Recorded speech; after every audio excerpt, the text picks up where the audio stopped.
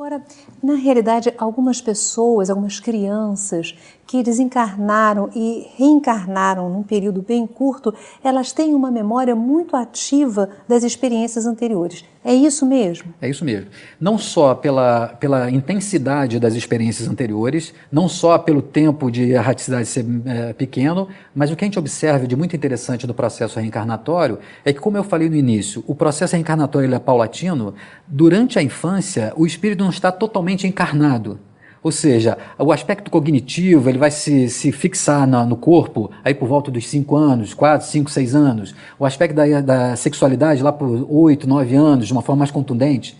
O que a gente observa é que, então, nesse período, como ainda há um processo de reencarnação em processo, é mais fácil daquela criança acessar os conteúdos que ela está trazendo de experiências anteriores para a sua consciência. Não existe um filtro do ego pelas experiências ou pelo raciocínio que impede esse acesso. Por isso que, então, mais facilmente as crianças, aí até os 8 anos principalmente, elas tendem a se lembrar com mais facilidade das suas experiências anteriores. E, normalmente, com 9, 10 anos, elas tendem a esquecer, a não ter esse acesso tão fácil. Mas é muito comum as crianças terem acessos por conta desse tipo de característica do processo reencarnatório em relação ao psiquismo infantil. E quando a pessoa traz marcas no seu corpo que se assemelham muito aos processos de desencarnação anterior? Isso. Essa é hoje uma metodologia mais usada nas pesquisas científicas da reencarnação no mundo inteiro. A maioria, e o método principal hoje utilizado por esses pesquisadores, ele combina a observação de marcas de nascença com lembranças espontâneas dessas crianças, das suas experiências e da sua reencarnação, normalmente imediatamente anterior. Então, como é que funciona isso? Eles observam marcas de nascença e que tem a ver, ou provavelmente tem a ver, com a lembrança daquelas crianças da sua causa-morte na vida anterior. Eu trouxe algumas imagens, inclusive, que acho que podem ser mostradas, de casos clássicos como esse. Então, um indiano, por exemplo, um jovem indiano, que traz uma marca de nascença no peito, uma diferença de pigmentação, marcas diferentes de cor da pele na região do peito, e ele se lembra desde criança ter sido um homem que foi morto, alvejado por uma arma de caça. Então ele se lembra disso quando criança, se lembra do nome, da região onde ele morava, enfim, com vários detalhes. Esses pesquisadores vão ao local que ele relata ter vivido, quem ele tenha sido, e vão verificar como foi que ele morreu. E nesse caso específico, checaram a autópsia do corpo daquele indivíduo que tinha morrido com a arma de fogo e o registro do legista sobre os ferimentos que causaram a morte.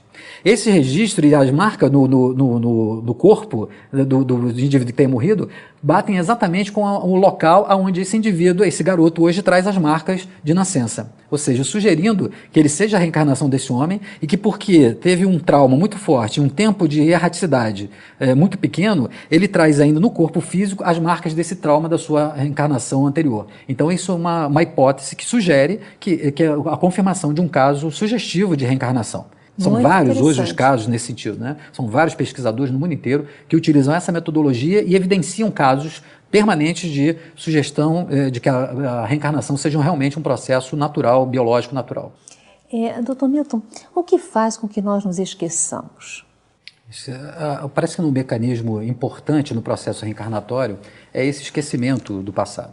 Algumas pessoas, principalmente no meio espírita, têm uma distorção muito grande em relação ao porquê desse esquecimento.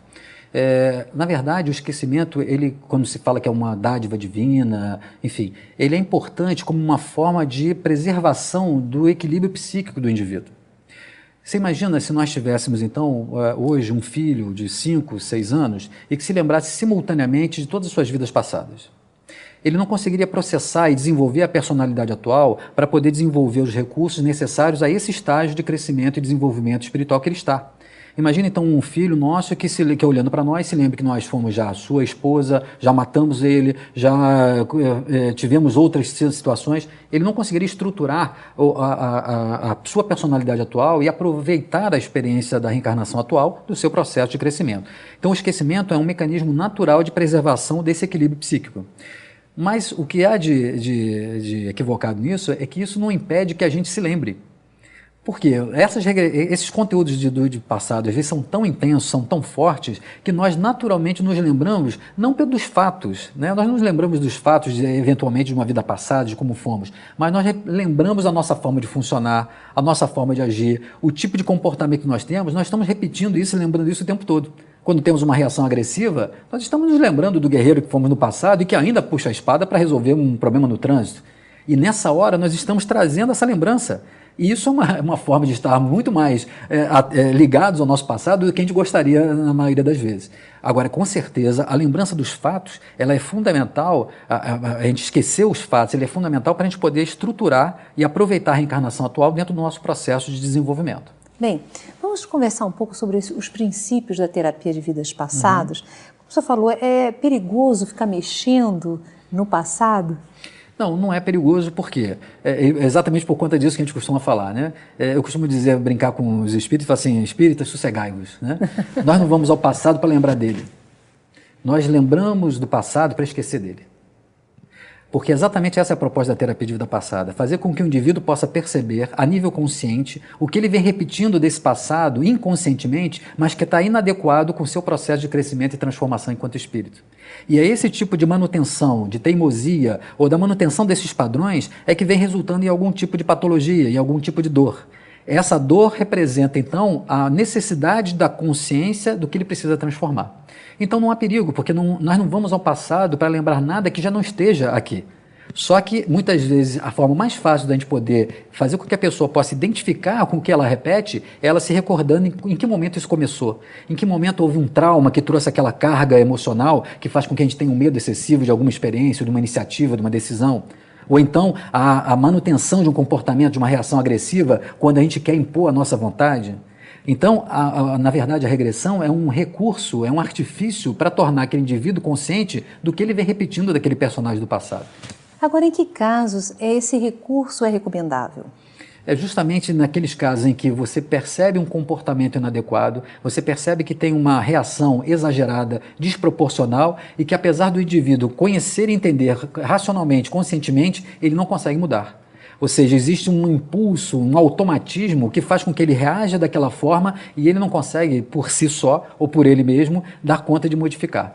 Normalmente, a avaliação desses casos é que vai indicar a necessidade de um processo regressivo ou de um processo vivencial que possa levá-lo a perceber e se dar conta desse padrão para começar a modificar. E, em modificando, poder superar e modificar aquela história daquele sintoma, daquela dor, daquele problema, daquele problema mental que ele passa ou psicológico. Então, há sempre uma avaliação para ver se realmente é a técnica mais adequada e deve ser feita por terapeutas, né? Exatamente. O grande problema é que, como a técnica regressiva ela é muito fácil de ser aplicada, muitas pessoas se apropriam da técnica, aplicam a técnica indiscriminadamente, sem saber exatamente qual é a finalidade da técnica. A regressão por si só, lembrar do passado por si só, não é necessariamente terapêutico. O mais importante é fazer com que, a partir dessa lembrança, nós possamos ajudar aquela pessoa a entender o que ela precisa mudar daqui para frente, o que ela precisa fazer de diferente que ela vem repetindo daquele padrão. Isso sim é terapêutico. A lembrança por si só, ela pode trazer algum alívio de sintoma, mas ela não necessariamente leva a esse crescimento, a esse processo de transformação que é a ênfase da nossa abordagem terapêutica. Agora, essa lembrança acaba destruindo os laços de família? Isso é uma pergunta interessante, porque algumas pessoas têm essa impressão de que se lembrar do passado e identificando que os vínculos de vida passada ou familiares, eles se modificam ao longo das reencarnações, isso enfraqueceria os elos de ligação da família atual. O que não se verifica na prática. Por quê? Nós percebemos que ao nascer naquele grupo familiar faz com que a gente estabeleça elos de emoção, de ligação, que pelo contrário são muito mais fortes. Ao invés de a gente enfraquecer os laços familiares, a gente amplia, porque a gente começa a perceber que muito mais do que os laços materiais, nós estamos falando de laços espirituais, laços de afeto, laços de ligações, de respeito, de consideração, e que nos levam a um sentido de irmandade, de fraternidade, de ligação, muito mais amplos do que apenas da consanguinidade.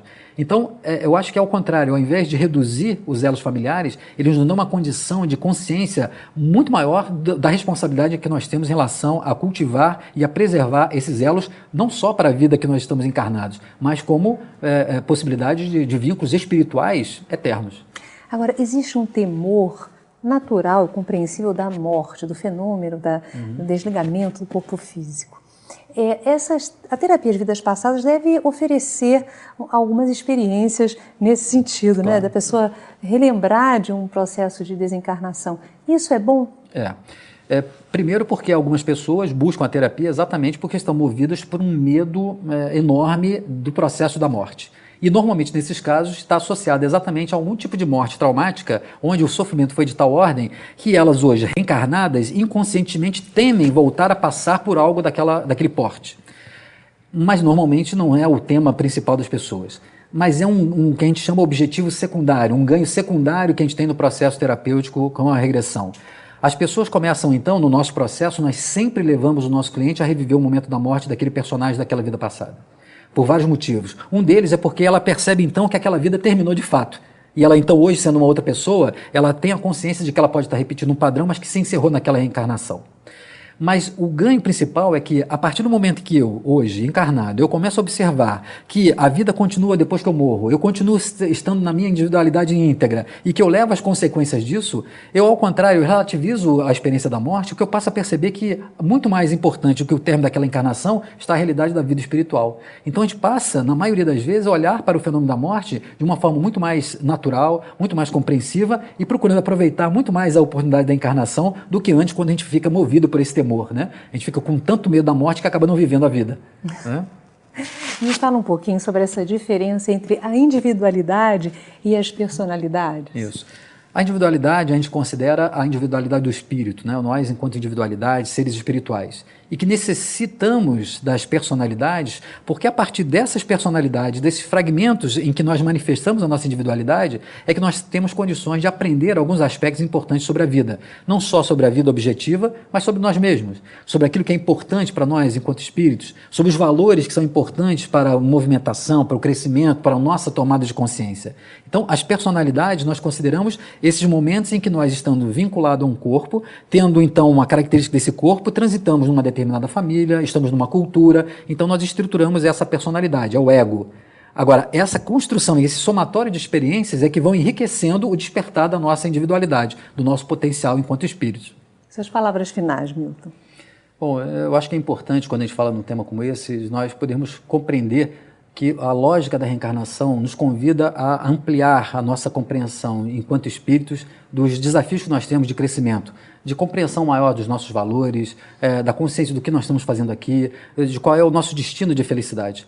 Quando a gente aproveita e compreende esse processo, nós enriquecemos e aproveitamos a vida como forma de crescimento no espiritual. E eu acho que isso que é um aspecto importante que poderia ficar para a mensagem para o público.